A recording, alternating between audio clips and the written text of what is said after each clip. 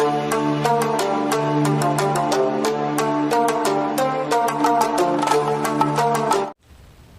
the name of Allah, the most gracious and the most merciful, my name is Saim Shahzad and I am here to teach you biology class second year.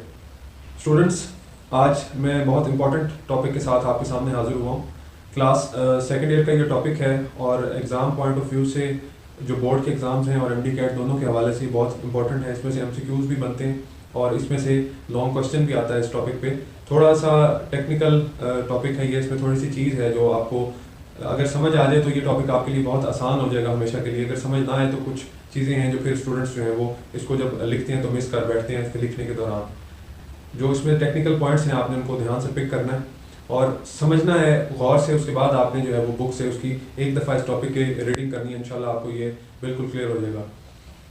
Synapse student coordination and control हमारा जो chapter है, chapter number 17, उसका topic है synapse. और ये related है neurons से related है. जो नर्व इम्पल्स जनरेट होती है, जो मैसेज ट्रांसफ़र होता है पूरी बॉडी में, ये उससे रिलेटेड है. नर्व इम्पल्स से रिलेटेड है साइनैप्स. अब स्टूडेंट्स आपको पता है कि हमारी बॉडी के अंदर जो मैसेज की कंडक्शन का सिस्टम है, जो मैसेज कन्वे होता है हमारी बॉडी में, जिस तरह हमने पिछले लेक्चर में पढ़ा था, तो वो कौन मैसेज को लेके जाता है, कौन मैसेज को कंडक्ट करता है. नर्व इम्पल्स जो होती है वो मैसेज को कंडक्ट करती है थ्रू आउट द बॉडी. और किन की मदद से ये मैसेज पूरी बॉडी में जो है वो कन्वे होता है, वो न्यूरॉन्स की मदद से होता है. नर्व सेल्स जिनको हम कहते हैं. स्टूडेंट्स, न्यूरॉन्स जो हैं वो एक तरतीब से बिल्कुल एक दूसरे के साथ अटैच होते हैं. लेकिन एक बात आपने ध्यान में रखनी है कि न्यूरॉन्स तरतीब से तो मौजूद हैं लेकिन उनका आपस में कोई साइटोप्लाज्मिक कनेक्शन नहीं होता. आपने बात को पिक करना है कि साइटोप्लाज्म जो एक सेल की होती है वो उनका एक साइटोप्लाज्म का दूसरी साइटोप्लाज्म के साथ कोई कनेक्शन नहीं होता. न्यूरॉन्स का आपस में साइटोप्लाज्मिक कनेक्शन नहीं होता. तो इस वजह से जो न्यूरॉन्स हैं वो आपस में थोड़े से एक दूसरे से फासले पे होते हैं.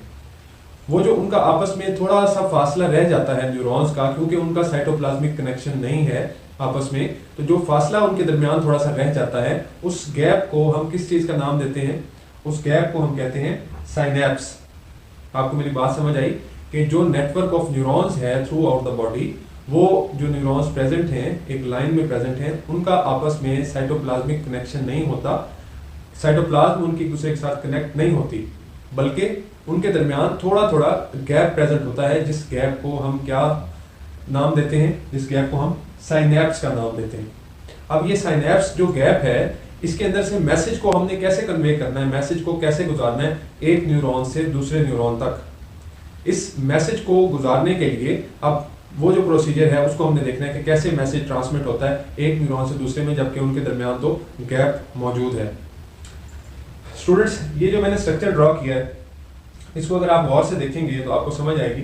जो ये मैंने पार्ट ड्रॉ किया है, ये वाला पार्ट, ये एक न्यूरॉन का है. ये एक न्यूरॉन की एंडिंग है, यानी एक्सॉन है.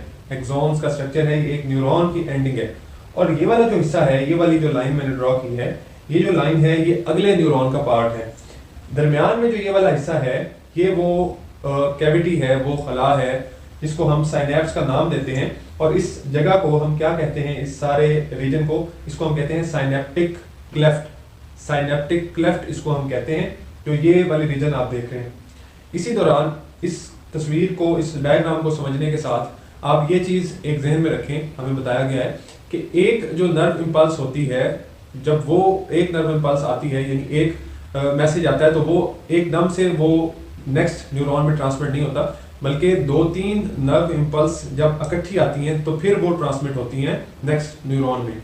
एक नर्व इम्पल्स ज़्यादातर, बल्कि आप कह सकते हैं कि ओवरऑल ये टेंडेंसी है कि एक नर्व इम्पल्स जनरेट नहीं होती, वो अगले जो है उस तक नहीं पहुंचती, बल्कि जब 2-3 इकट्ठी मैसेज आते हैं, 2-3 इकट्ठे एक न्यूरॉन से, फिर वो अगले न्यूरॉन तक पहुंचते हैं. इस चीज़ को आपने ध्यान में रखना है कि 2-3 नर्व इम्पल्स इकट्ठी आएंगी तो वो अगले न्यूरॉन तक जाएंगी. ये जो कैविटी मैंने आपको बताई है, ये कैविटी है जिसको हम साइनेप्टिक क्लेफ्ट कहते हैं. और ये वो फाइबर्स हैं जो अटैच करते हैं एक न्यूरॉन की एंडिंग को, एक्सॉन को, अगले जो न्यूरॉन है उसकी डेंड्राइट के साथ. ये डेंड्राइट है दूसरे न्यूरॉन की, ये एक्सॉन एंडिंग है पहले न्यूरॉन की, ये दरमियान में कैविटी है. और ये जो दरमियान में आप चीज़ ये देख रहे हैं, इसके अंदर जो ये चीज़ें प्रेजेंट हैं, ये दाने दाने, ये क्या चीज़ है? ये है जी synaptic vesicles. Synaptic vesicles containing neurotransmitter molecules. Students, थोड़ी सी बात समझने वाली अब रह गई है इसमें कि ये जो वेसिकल्स प्रेजेंट हैं एक्सॉन्स के अंदर, इसके अंदर क्या चीज़ प्रेजेंट होती है? इन वेसिकल्स में न्यूरोट्रांसमीटर्स प्रेजेंट होते हैं। न्यूरोट्रांसमीटर्स प्रेजेंट होते हैं इन वेसिकल्स के अंदर। ये न्यूरोट्रांसमीटर्स का अब क्या काम है? इन्होंने कैसे मैसेज को जनरेट करना है, कैसे मैसेज को आगे कन्वे करना है? ये जो एक एक आप गोल दायरा देख रहे हैं, ये एक्चुअली वेसिकल्स हैं। और वेसिकल्स क्या करते हैं? वेसिकल्स इस पॉइंट पे अटैच होते हैं। वेसिकल्स के अंदर न्यूरोट्रांसमीटर्स प्रेजेंट होते हैं।